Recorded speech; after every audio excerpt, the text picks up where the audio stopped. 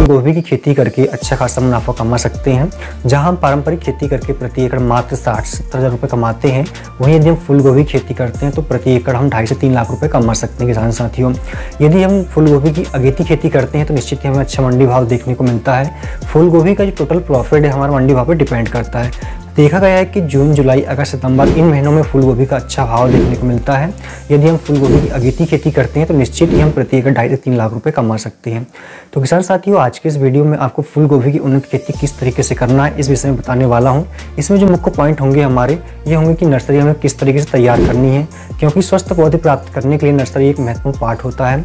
इसके अलावा हम लगाने की विधि पर बात करेंगे, कुछ महत्वपूर्ण किस्मों के बारे में बात करेंगे जो इस मौसम में, गर्मी के मौसम में सर्वाइव कर सके। इसके अलावा गोभी में जो प्रमुख रोग लगते हैं उस पर नियंत्रण किस तरीके से पा सकते हैं, इन पर बात करेंगे। तो वीडियो के लास्ट तक आप बने रहिएगा, सारी जानकारी आपको मिलने वाली है। सभी किसान साथियों को एक बार फिर से आपके अपने YouTube चैनल पर स्वागत है। किसान साथियों, उम्मीद करता हूँ आप सभी बहुत अच्छे होंगे। अगर आप चैनल पर पहली बार आएँ तो चैनल को सब्सक्राइब कर वीडियो को लाइक कर दीजिएगा और अपने मित्रों को शेयर कर दीजिएगा। किसान साथियों, सबसे पहले हम बात कर लेते हैं कि नर्सरी हमें किस तरीके से तैयार करनी चाहिए। देखिए, स्वस्थ पौधे प्राप्त करने के लिए हमें स्वस्थ नर्सरी तैयार करना भी आवश्यक होता है। नर्सरी को हम जो है प्लास्टिक ट्रे पर भी तैयार कर सकते हैं और बेड विधि से भी तैयार कर सकते हैं। दोनों ही विधि उपयुक्त है। यदि हम प्लास्टिक ट्रे पर करते हैं तो इसमें थोड़ा खर्च बढ़ जाता है, लेकिन इसमें जो पौधे होते हैं वो हमें लगभग 90% तक स्वस्थ पौधे मिल जाते हैं। और यदि हम बेड विधि से करते हैं तो हमें 70 से 80% स्वस्थ पौधे इसमें मिलते हैं। बेड विधि से लगाना ही अधिक लोग पसंद करते हैं नर्सरी को, इसलिए आज हम बेड विधि से किस तरीके से नर्सरी तैयार करना है इस पर बात कर लेते हैं। किसान साथियों, जिस स्थान पर आप बेड विधि से नर्सरी तैयार कर रहे हैं, ध्यान रखिएगा कि वहाँ पे बारिश का पानी बिल्कुल ना भरा है, इसलिए आप ऊंचे स्थान का चुनाव कीजिएगा। वहाँ की मिट्टी को आप अच्छे से खोदकर भुरभुरी कर लीजिएगा और उसमें गोबरी खाद आप मिक्स कर लीजिएगा।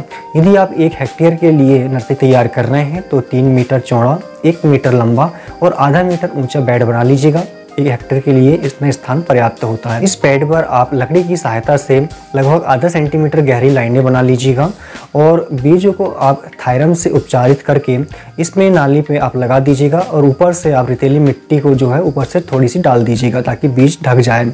इसके बाद में इसमें आप जूट के बोरे ढककर या फिर धान का पुआल लगाकर हल्की सिंचाई कीजिएगा।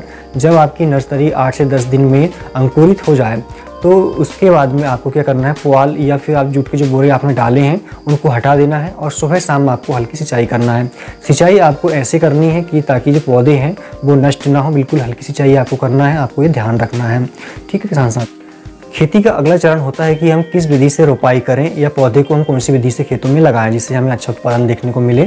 तो यदि हम फूल गोभी की अगेती खेती करते हैं तो इसके लिए बेड विधि सबसे उपयुक्त मानी जाती है, क्योंकि इस समय बारिश का मौसम भी आने वाला है।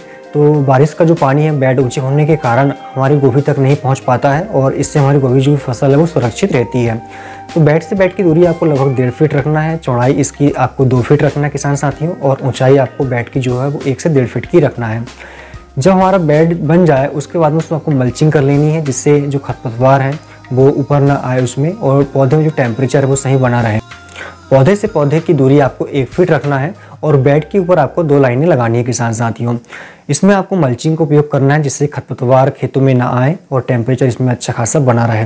बारिश के मौसम में तो सिंचाई करने की आवश्यकता नहीं होती है। यदि आप इसकी पछेती खेती करते हैं तो इसमें आप ड्रिप इरिगेशन जरूर लगाइएगा किसान साथियों। आगे हम बात कर लेते हैं कि हमें किन किस्मों का चुनाव करना चाहिए।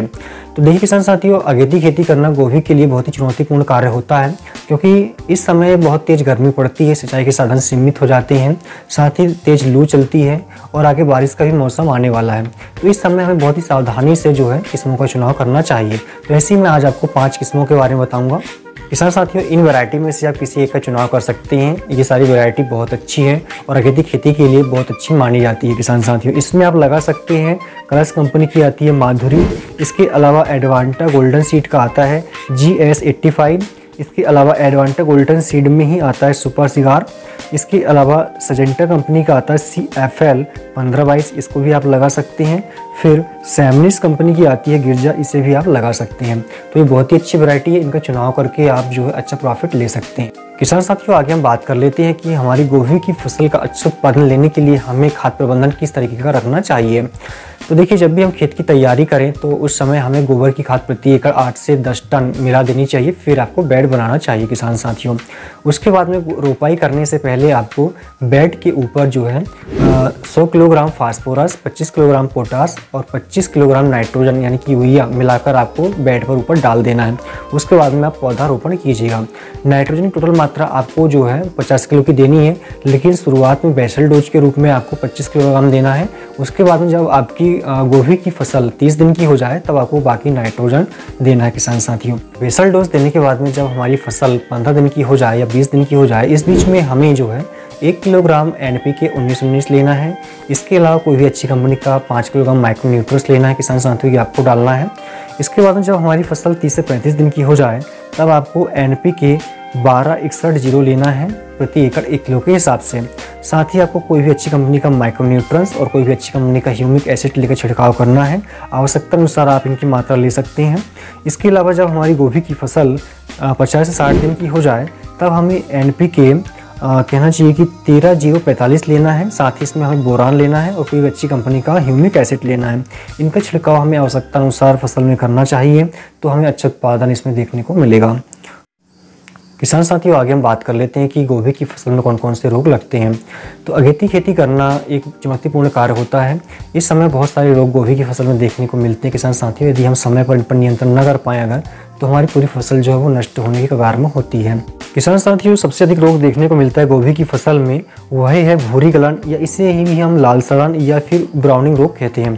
इसके लक्षण की बात करें अगर हम, तो फूलों पर भूरे रंग के धब्बे पड़ जाते हैं और ये फूल जो है वो सड़ने लगते हैं किसान साथियों। यह रोग जो है बोरान की कमी से होता है। इस पर यदि हम नियंत्रण की बात करें अगर, तो जब हम नर्सरी तैयार करें उस समय ही हमें बीजों को उपचारित कर लेना चाहिए। फिर भी यदि रोग देखने को मिलता है तो खड़ी फसल में हमें 2 से 3 ग्राम प्रति एकड़ के हिसाब से बोरक्स का छिड़काव इसमें करना चाहिए। किसान साथियों, जो अगला रोग देखने को मिलता है ये रोग होता है वटनिंग। यह नाइट्रोजन की कमी से होता है। इसमें पौधे का जो पूर्ण विकास नहीं होता, इसलिए इसके जो फूल छोटे पड़ जाते हैं। ये सबसे अधिक अगेती किस्मों में देखने को मिलता है। इसके अलावा सबसे अधिक जो रोग देखने को मिलता है यह है आद्र गलन या इसे ही डैम्पिंग ऑफ हम कहते हैं। ये नर्सरी अवस्था में लगना स्टार्ट हो जाता है, अधिकतर जो है अगेती किस्मों में देखने को मिलता है। इसमें क्या होता है कि जो पौधे का तना होता है, ज़मीन से जुड़ा हुआ भाग होता है, वहाँ पे काले रंग के निशान पड़ने लगते हैं और वहाँ से गलना स्टार्ट हो जाता है और पौधे से नष्ट होने लगते हैं। नियंत्रण की बात करें अगर हम, तो हमें बीज बोने से पहले बीज को उपचारित कर लेना चाहिए। थायराम या कैप्टॉन की 3 ग्राम की मात्रा प्रति किलो के हिसाब से उपचारित हमें कर लेनी चाहिए। यदि फिर भी हमें रोग देखने को मिलता है तो कॉपर ऑक्सीक्लोराइड की 3 ग्राम मात्रा प्रति लीटर पानी मिलाकर आवश्यकता अनुसार हमें इसका छिड़काव करना चाहिए। इसके अलावा किसान साथियों, काला सड़न रोग देखने को मिलता है। यह रोग पौधे की नर्सरी में नए पौधे में अधिक देखने को मिलता है। पौधे की पत्तियां के किनारे जो होते हैं वो जगह जगह से पीले पड़ने लगते हैं और गलना स्टार्ट हो जाते हैं। साथ ही यदि आप इस तरीके से फूल गोभी की खेती करते हैं तो निश्चित ही आपको अच्छे रिजल्ट देखने को मिलेंगे, अच्छा उत्पादन देखने को मिलेगा। और अगेती खेती अगर आप करते हैं इस समय तो निश्चित ही मंडी भाव भी आपको अच्छा मिलेगा। तो उम्मीद करता हूँ कि वीडियो आपको पसंद आया होगा। यदि आपको वीडियो पसंद आया है तो वीडियो को लाइक कर दीजिएगा, मित्र को शेयर कर दीजिएगा और चैनल को सब्सक्राइब कर लीजिएगा। धन्यवाद।